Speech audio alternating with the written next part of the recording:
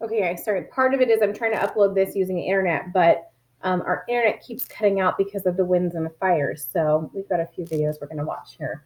Um, so I was saying possibly respite, but for now the referrals I'm going to give are to the doctor, to a psychiatrist to look at possible stuff for mood disorders. I'm really going to also be looking at autism, but um, looking at that, and then any kind of, so let's say that I discover down the road, I'm not going to make this as a assumption now, but let's say they are abusing Juan because they're frustrated, then I would look at nonviolent parenting classes as an option for them. So those are going to be my referrals for Shader.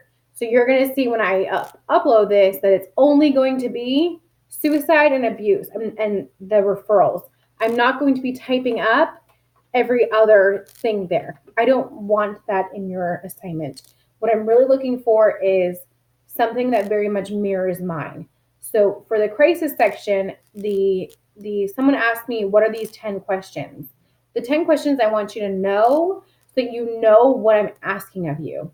So for last week, the question was, how do you conceptualize this case and how would you diagnose the players, right? Something to that effect. For this one, the question is, what are the crisis issues present in this vignette and how would you handle them? So it's assessing what is present. Like, I don't see eating disorders present in Juan, so I'm not going to talk about them because why would I ever talk about something that's not there? And so assessing for what's happening, and then how would you deal with them? So how do you look for suicide? I assess for suicidality using IMAP as one of mine. There's plenty, but I use IMAP. And then how do I address that? Well, I determine whether it's imminent or not imminent. And if it's imminent, this is what I do. If it's not imminent, this is what I do. All right. How do you assess abuse? Well, I'm going to look at the disciplinary practices to assess abuse. And how do I address abuse? I write a written report within 36 hours and call immediately by phone. Okay, so that's the purpose of this. So what I want you to have is look at the questions so you know what's being asked of you, so you understand what we're doing here. Somebody also asked me what the grid is for. The grid I talked about in the first video last week. That is the order of operations. I am doing things out of order because I think it makes more sense to do it this way, to learn it this way. So the first question is going to be like law, then ethics, then crisis, then diagnosis. And so you can already tell we've done this out of order because we started diagnosis, then we went backwards to crisis. And I think next week we're going into law and ethics. So we're doing it kind of backwards, but that's the order that I want this to be in. Law, ethics, crisis, clinical evaluation and diagnosis, theory, treatment plan, alliance, diversity, alliance, and outcome. That's the order I want in. So that's why I post the grid. So what's going to happen next is, thank you for hanging on for all these videos, but it's shorter than a class lecture, which is awesome. What happens next is I have given an extension because of the fires for next week. This will also be due next week. For those of you who have turned in your assignment already, I am going to, this is not how it's going to work, but Keenan and Jacqueline were two people I noticed turned in. Many of you turned in, but those are just two of the names I see. So Keenan gave me his and Jacqueline gave me hers. So now what's going to happen is I would email Keenan Jacqueline's vignette and say, hey, grade what she did for the clinical evaluation and diagnosis. So I want you to give her feedback on, do you think she missed something in the diagnosis? Do you think when she wrote up her case conceptualization, she missed anything major? Or did she do a good job? And give her feedback. Then you're going to send it back to me. I'm going to put something up on Blackboard to send it back to me. Then I'm going to give Keenan's feedback, anonymous feedback, to Jacqueline next week. Okay.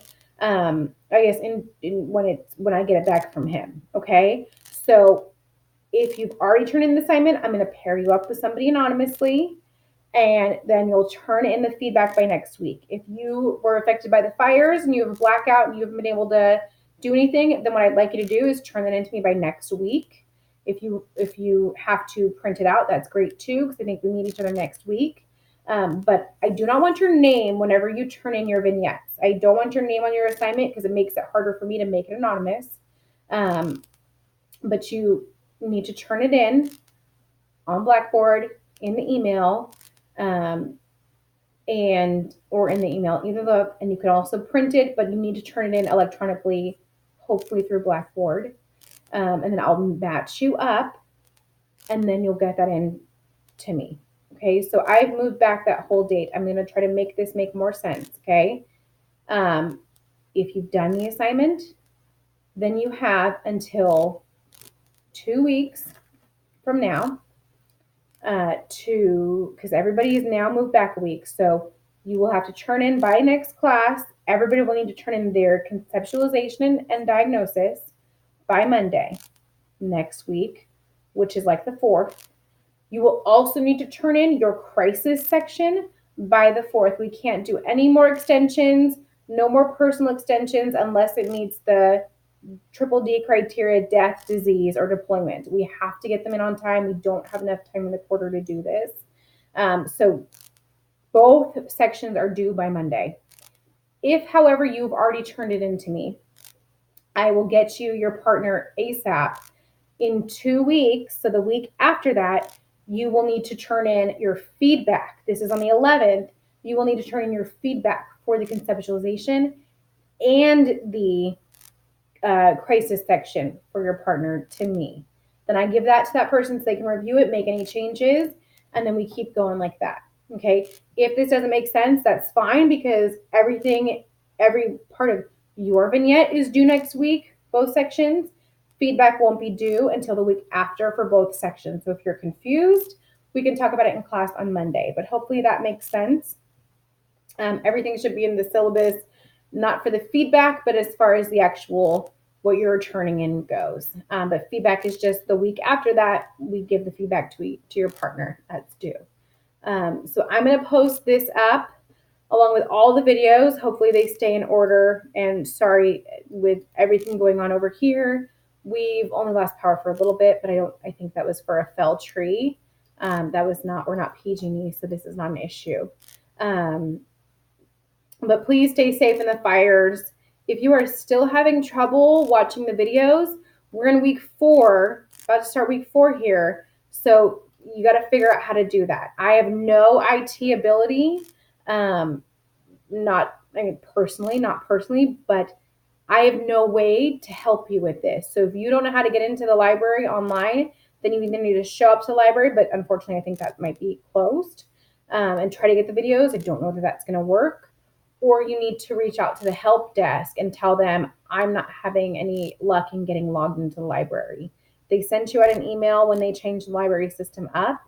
It is your 9-digit student ID number and your 6-digit birthday. So 010193 or whatever it is. That will be your 6-digit birthday and then your 9-digit student ID number as your ID. So if you can't get in, you got to figure out how to do it with there. Please, if you are having trouble, please don't wait until the last day that something is due to let me know, because I will not grant an extension for that. I can't give out extensions as it is, but I'm not really understanding of having a week to do something and then waiting until the day up to say I haven't been able to do it because I didn't know how to access, right? So we don't know when we're going to lose power again, and we don't know what's going to happen next to these fires. So try to stay on top of stuff so that it's not affecting your final quarter grade. Because I don't have the luxury of that kind of time this quarter with how few times we actually are meeting in person to get everything done.